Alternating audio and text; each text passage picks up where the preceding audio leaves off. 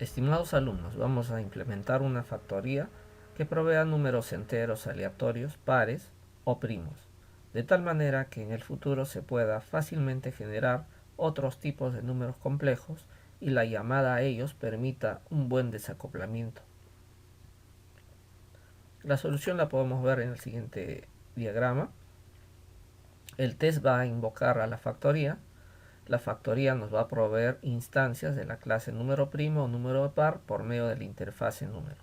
El método que nos va a permitir implementar la generación de números aleatorios va a ser el método generar, que generará números primos en la clase número primo o números pares en la clase número par. Esta interfase nos va a permitir implementar otras clases a futuro, tal como menciona el enunciado del problema.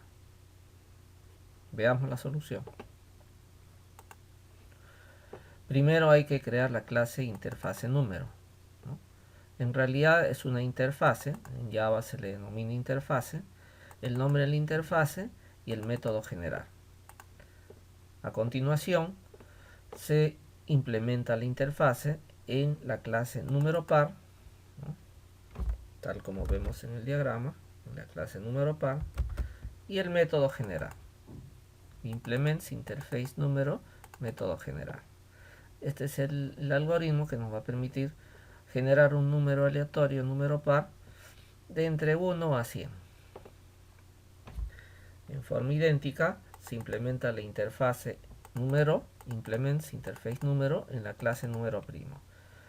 El comportamiento o el método que se implementa es un algoritmo muy conocido que nos va a permitir generar cualquier número aleatorio de 1 a 100 y que sea primo. La segunda parte del problema será implementar la factoría. Volviendo al gráfico, la factoría, que nos va a permitir instanciar a una u otra clase por medio de la interfase. La factoría tendrá una colección, en este caso le llamamos repositorio. Esta colección es una colección de clases, ¿no? ¿Cómo vamos a registrar las clases en esa colección? Pues creando el método registra clase. Un identificador de la clase y el nombre de la clase, pero ojo, no es un string, es un tipo class. O sea, vamos a registrar la clase misma Java.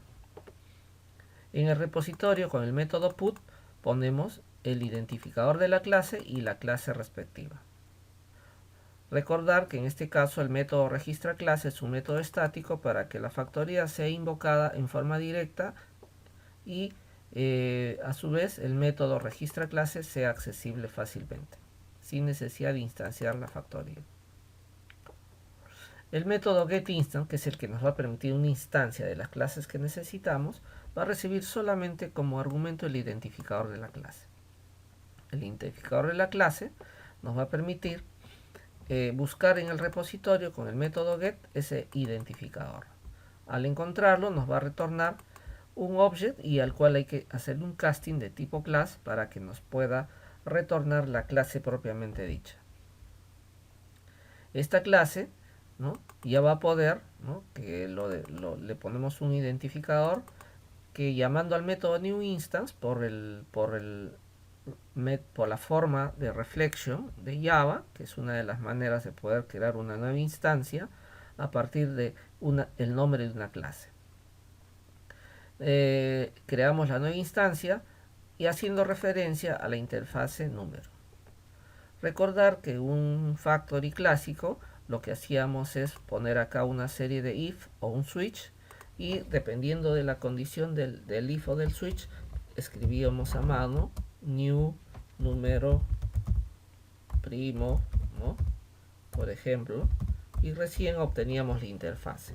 En este caso es más resumido porque estamos utilizando Java Reflection para que en forma directa, con tan solo conocer el nombre de la clase obtenida del repositorio, podamos nosotros directamente crear la instancia.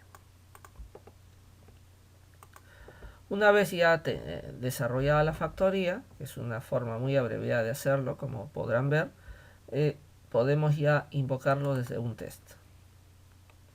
Por medio de la factoría registramos las dos clases, le ponemos un identificador a cada clase y ojo cómo se registra el nombre de la clase, punto clase, el nombre de la clase, punto clase. Estas clases deben existir, obviamente, que ya le hemos realizado.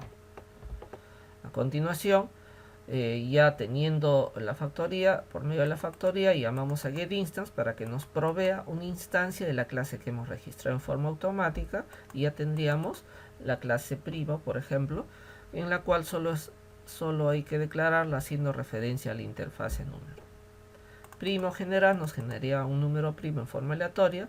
De una manera análoga obtenemos la instancia de la clase número par, y par general nos generaría un número aleatorio par. Ejecutando el test file, podemos notar que nos genera un número primo, ¿no?, primero, y luego un número par segundo. Podemos volver